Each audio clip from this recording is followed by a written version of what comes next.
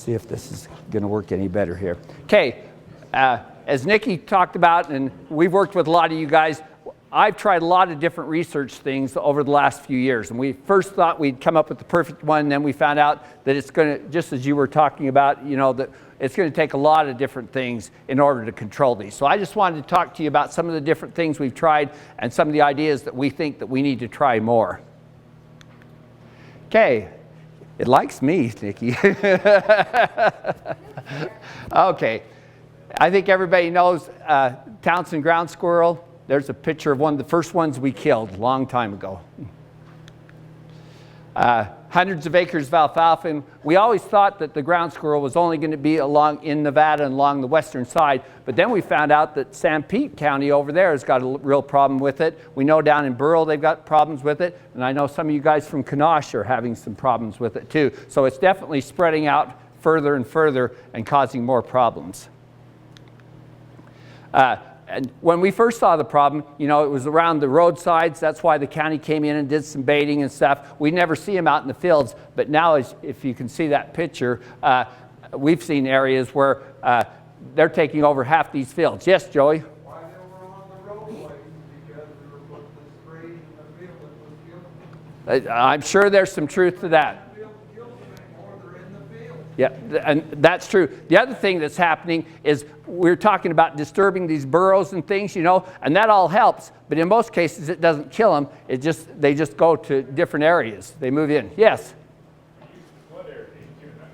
That made a huge difference. Yeah, it did. There was we had more predators back in the day too, and up in the area up around Delta, they still don't have as much ground squirrel problems because they still do all that flood irrigating and stuff. But I don't think we're going to go back to that. I don't think you're ever going to get Fumigant back on the market. There are some things that we'll talk about that we can do. Okay, so one thing I want to give credit for is we've been able to do a lot of this research because we've been able to get a lot of grant money from the IPM and the Sustainable Ag people.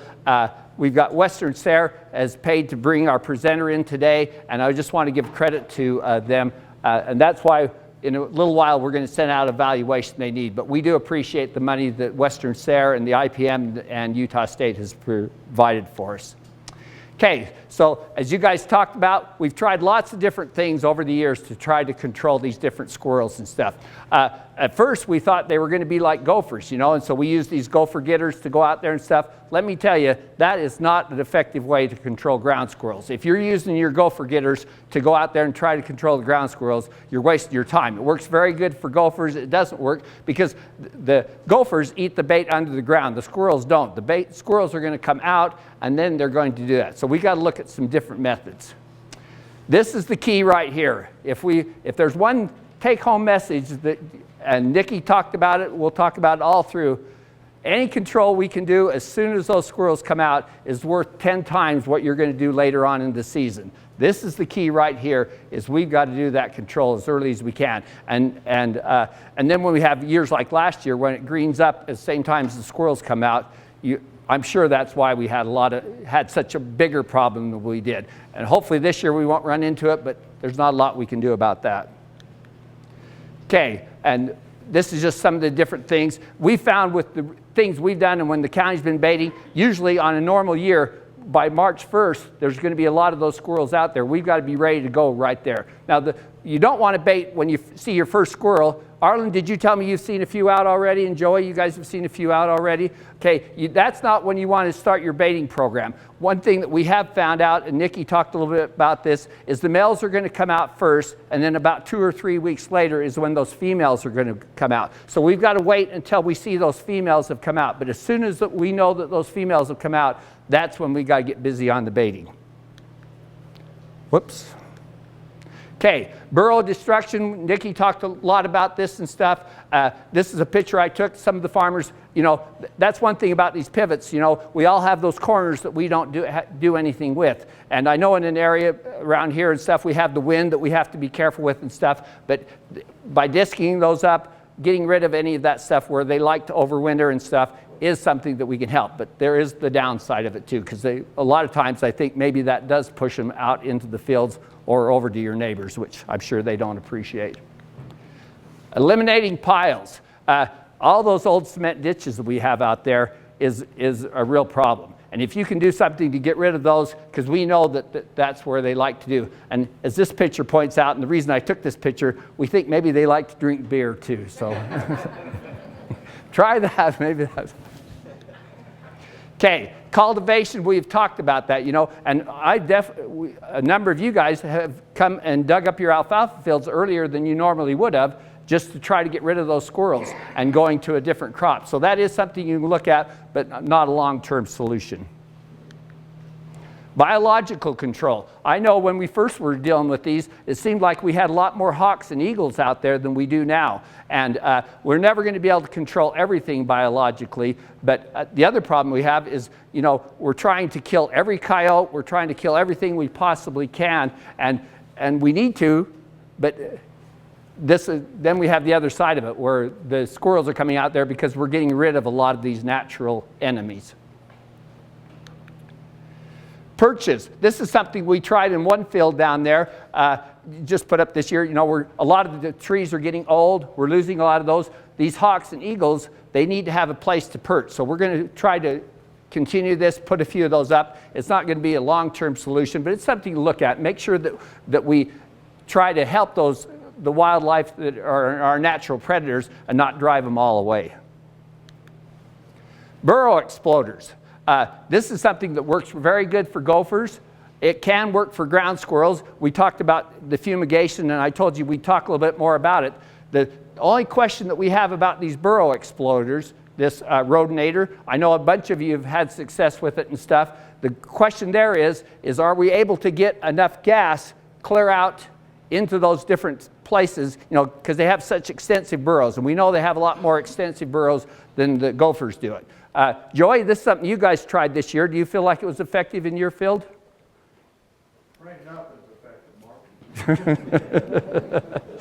Definitely, if you can, I think that if you can treat every hole and get the gas to where you need to go, that this is the way to do it. But just like any of these, and like we talked about, it's very time extensive because you've got to get it in every hole. Flooding. This is something that I know a few of you, Arlen has done quite a bit of work on this and stuff. And there again, you definitely can flood them and you can definitely kill them that way. The problem is it takes a lot of water, doesn't it? And the other thing we found interesting is it doesn't seem like, in most cases, the water doesn't actually drown them. They come out of the holes, and then you got to have some good dogs that can come in and control them and kill them and stuff. But Arlen, you've done quite a bit of work on this. Do you think this is something that's been effective for you? Well, it's just one of the tools. You got to just try everything. Like when I flood, I can fill as far for feed. So it's once they get in the field, they're I think that's the other take-home message from today's program, is to start and bait them and go as early as you can. The other thing is, not everything is going to work for everybody. You know, there's a lot of these different things that could be effective. You need to pick the one that you think is going to work best in your situation. But the important thing is not to do anything, is to make sure you do something and try a couple of these different programs and see which one's going to work best for you. Fumigants. We talked about this. A number of you guys have used this phostoxin. How many of you used the phostoxin tablets? Okay? How do you feel about it? They work for me. Okay? They've worked pretty good. These are some different. One thing I like about this phostoxin tablet situation, we use these aluminum phosphide tablets and stuff. You can get them at IFA. You can get them different places. You want to be really careful with them, though, because this is the same gas that killed those little girls up in Salt Lake a number of years ago. Don't use them around your houses.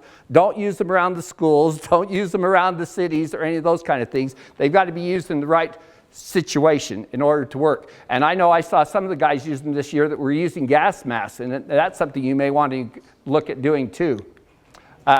One thing that surprised me, I was out with one of the farmers on one of the fields, and I saw all these dead squirrels laying around the field, and I go, man, because usually when we do the baiting, we never see the dead squirrels. You know, the only way we know we got them dead is if you go and shoot them. But in this case, a lot of times, the gas was going down the holes. They were coming out to try to get away from the gas, and it was killing them. So when you were asking earlier if fumigation works, we know that at least in a number of cases it does work, because we are seeing dead squirrels on top of the ground. Any of you guys that have used this, anything you want to say about how it's worked for you? I'll be speaking more on it tomorrow. The key is, once again, you want to get started next year. But again, it's very dangerous and very labor intensive. Yeah. Chad, I know you guys have done a lot of work with it. How's it worked for you? Well, it works. They don't threaten to hold it dead. Yeah. So it's something to use. Be careful with it, though. It's a dangerous gas. Don't use it any place around your houses or any of those kind of things. Be really careful where you use it with. Okay, I'm not going to spend a lot of time on trapping because Nikki covered this quite a bit, but the one good thing about the whole trapping situation is it was a good way to find out what they like to eat. I did all this research on the internet, you know, and all these guys back east said, oh, peanut butter will work good. Vanilla. I had guys call me on the phone and say, use vanilla.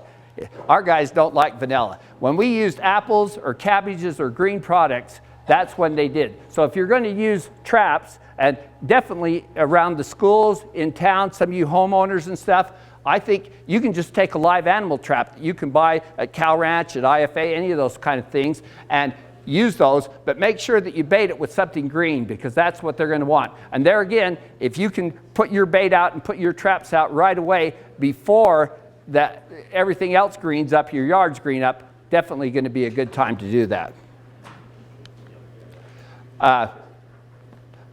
The one downside of a live animal trap is, of course, you have to have a humane way to take care of them afterwards. Shooting is a humane way. You're not supposed to drown them, things of that nature. So that's the one downside, but you definitely can catch them around your yards and places like that. I would encourage you to do that.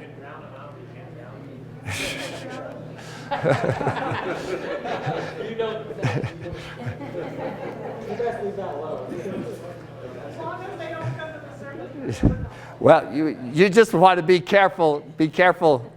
I'll tell you one thing we do have to be careful of, and we're going to talk a lot more about it. You know, we got to make sure we follow the label of these products, and we got to make sure that we humanely take care of things. You know, what we don't want is we don't want PETA or these animal rights groups out here, you know, causing troubles with what we're trying to do. So, and I guess humane is different for different people. Well, I would say the difference with flood irrigation is that the critics could see that as well. That's officially an inhumane way of killing.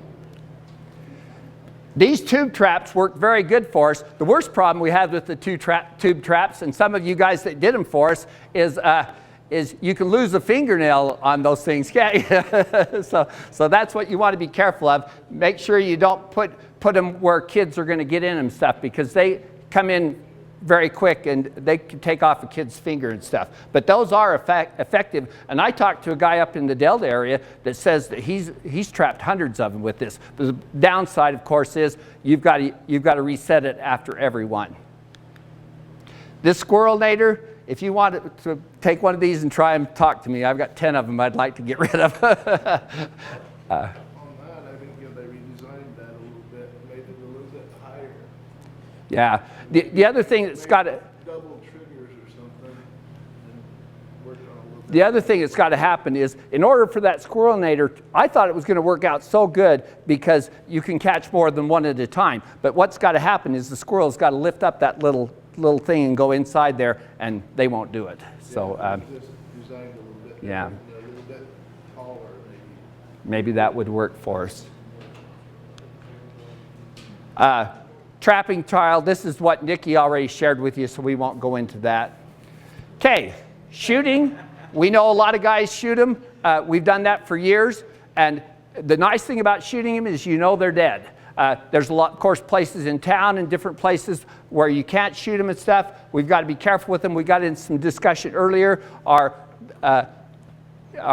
new wildlife person is enforcing the law of not shooting out of your trucks, which we've all done for years and years and years. So we've got to be careful about that. I don't think we're going to get that law changed either. But that is an effective way of killing them. This is the downside here, right here, is that when we sit there and shoot them, we're shooting the ones that pop their heads back up, and they don't all do that. So I think what we're doing is we're shooting the dumb ones that don't know to go down in their holes. So what we're doing is we're making smarter squirrels by shooting all the dumb ones. So from now on, only shoot the smart ones, okay? So that we won't do that quite as much. Okay, let's talk about baiting right now. There's no question in my mind that zinc phosphide is the only legal bait that can be used in the state of Utah that can be broadcast. And that's why we have recommended it for years. We think it works good, but the problem that we run into is the squirrels eat that zinc phosphide when there's nothing else to eat. When the dry ground out there, they will eat it, and we've got some good control over the years doing that and stuff. It has a very distinctive taste and smell. I've got a bunch of it in a bucket over there that you can look at if you've never used it before, and we purposely have got the lid on it because it stinks. And some people say that the squirrels like that. I don't know. I know we tried it in the bait stations and they would not eat it at all. But if you put it out there when nothing else greens up, they will eat it. But there again, they're not used to eating things like that. So that's why we do a pre-bait system. And the pre-bait is talked a lot in this fact sheet that I handed out. By just putting some oats or some grain out there a couple days before and letting them do it is an effective way to get them to eat that. But don't put it in your bait stations. I tried many cases on a lot of your farms, and they will not eat it once the alfalfa greens up. Okay, I thought this was interesting. You know, people ask me, well, how does zinc phosphide kill the different animals and stuff? And this is what it does right here. It reacts with the moisture and stomach acids inside the body of the animal. It puts out that phosphine gas that we're using in the tablets. So basically what it's doing is it's putting out the gas inside the animal and stuff. But the nice thing is at least it's legal to use. But there again, and we'll talk about it more, make sure you follow the label of exactly what it says when you're using this bait.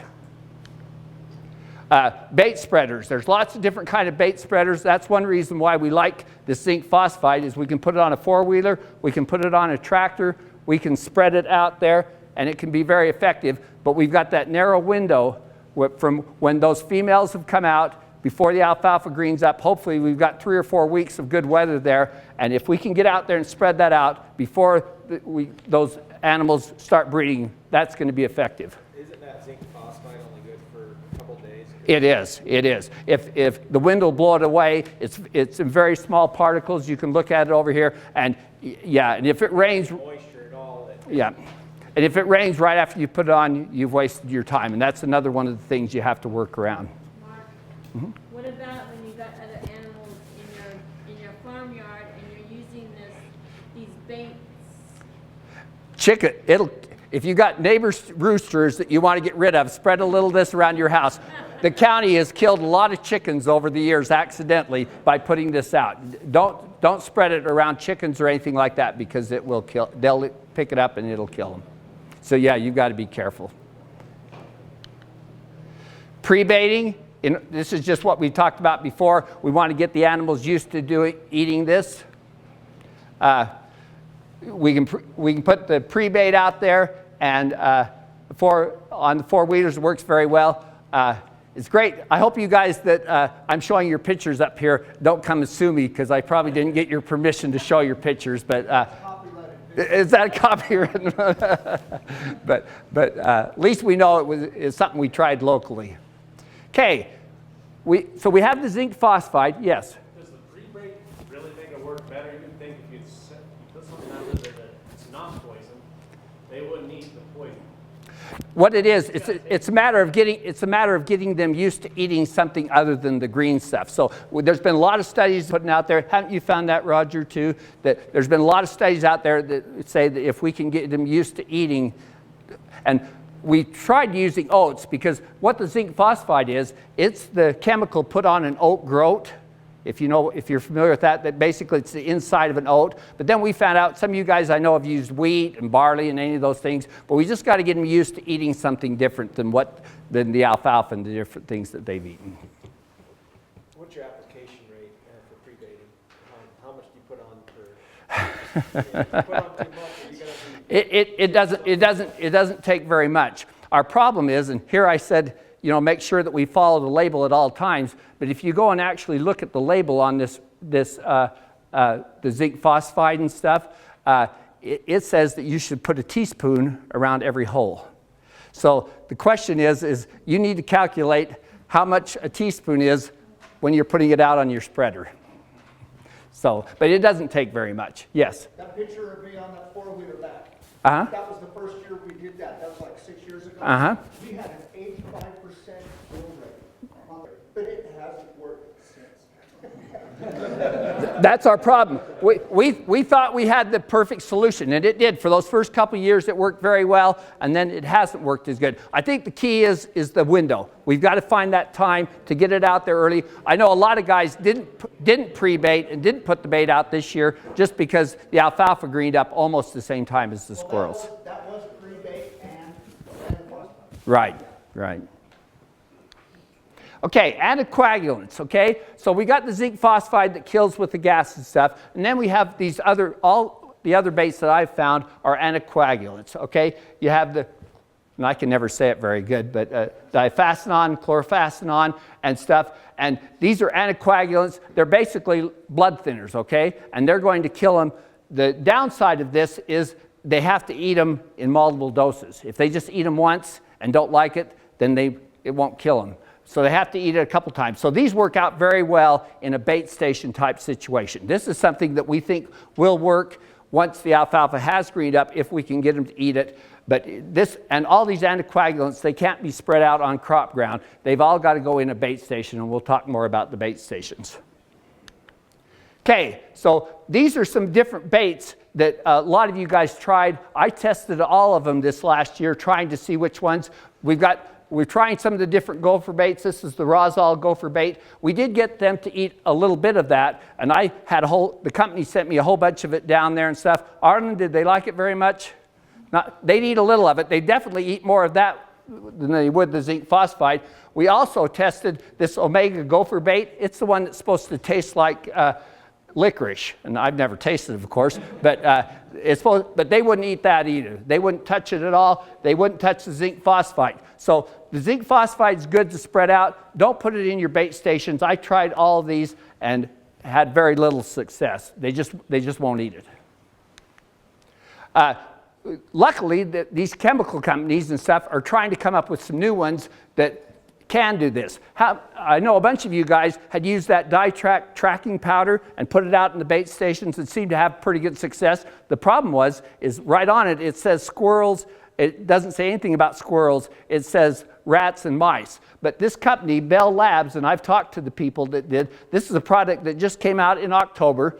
And one good thing is this is the same chemical and stuff, and yet they put it in a pellet. And it's right over here. I brought some samples of it over here. So during lunch, we want you to come look at that and stuff. But we think that we haven't tried it yet because they just came out with it. But I think that this is something that we can use in these bait stations they're going to like. Yes, Drew? You guys be amazed. I'm with the state of agriculture. I do enforcement. But you'd be amazed how many problems you guys have with mice. And voles, right? Okay, so that's good to know. Okay, so we're going to, Dr. Baldwin did a lot of research with this company on this, so he'll address it a lot more. But we've got it here.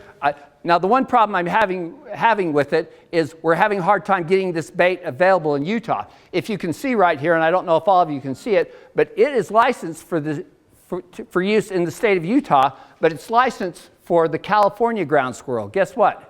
We don't have any California ground squirrels. We have the Townsend ground squirrels. But at least we're getting closer to where we're supposed to do. On the T-bone, they are California. I saw that. Okay. Okay, well, very good, Tammy. Yeah, how can you tell a California ground? Can you tell, are they more hippie type or something? I better be careful since we got somebody from California here. But come during lunch, come over and look at this. We are having a little I know IFA is right now trying to see if they can figure out a way to get this in here, but since it's licensed for the state of Utah, I was able to order this on the internet. It was very expensive. I think I paid 40 or 50 bucks just for this small pel, but you can buy it, and we're trying to find some, see if IFA or some of these different guys can carry it. I do know a guy out of Salt Lake that's supposed to carry this. So this is something that we're going to test this year, and I think it's got, it's something that we should try in our bait stations. What's the active ingredient? Chlorphacenon, isn't it? Diphacenon. It's the anticoagulants. The diphacenon in this one and the diphacenon in the other baits. What makes this different than the other ones? It's a pelleted bait, where all those others were grain baits for gophers and things like that. And they seem to really like the pellets. And we've got another pelleted bait I'll talk about too.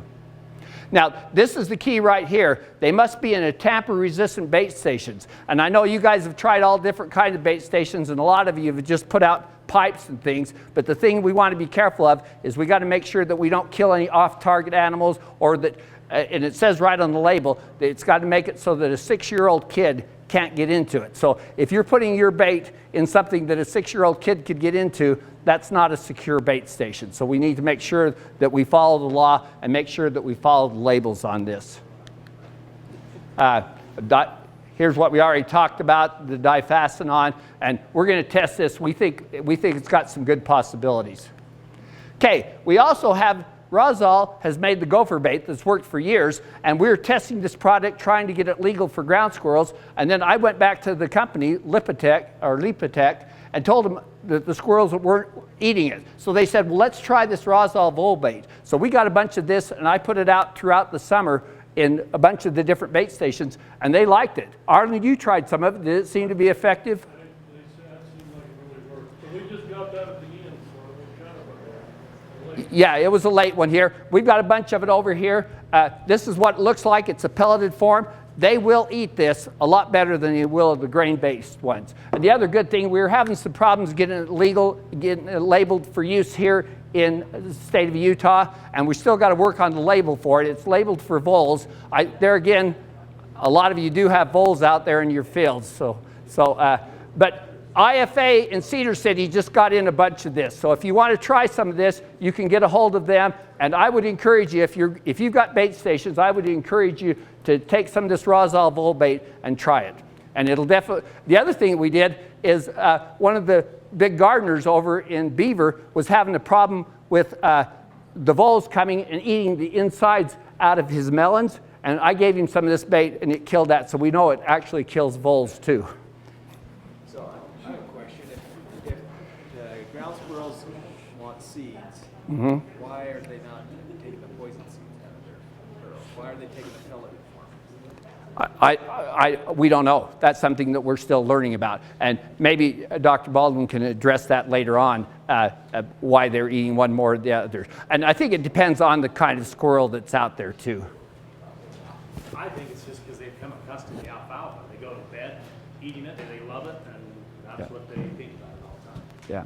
But right now, you know, those gopher baits, they just don't seem to like, but they do seem to like to eat the pellets. And I'm not sure why, but if we can find something they'll eat, that's definitely what we're going to use.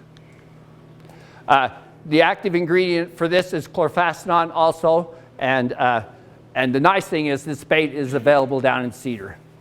And Cray will probably deliver it to you, won't you, Cray? There you go. Okay, so on the labels of all these products, it says that you have to have a bait station that nothing can get into. And I've tried lots of different kind of bait stations, and I know a bunch of you have too. We've got a lot of different kinds lined up over here. You have the PVC pipes. You have these commercial ones you can buy. Some of these are actually made for rats, and so they got a little smaller hole, but the squirrels still went in them effectively when we tried them this last year.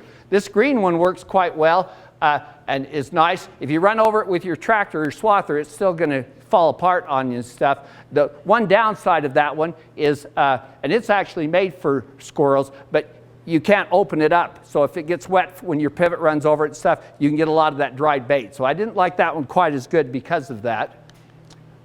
We, of course, have these PVC bait stations. You have to tie them up to something. Tomcat makes this rat bait station that I know some of you use, and I tried some of those, these black ones over here and stuff. The hole's a little bit smaller, but they're very effective. And the nice thing about those is if you get bait in there that they don't like and stuff, you can open those right up. There again, I had a bunch of bait stations. They don't stick up very far off the ground, and I had a bunch of you guys swath over the top of them, and they don't hold up too good to that.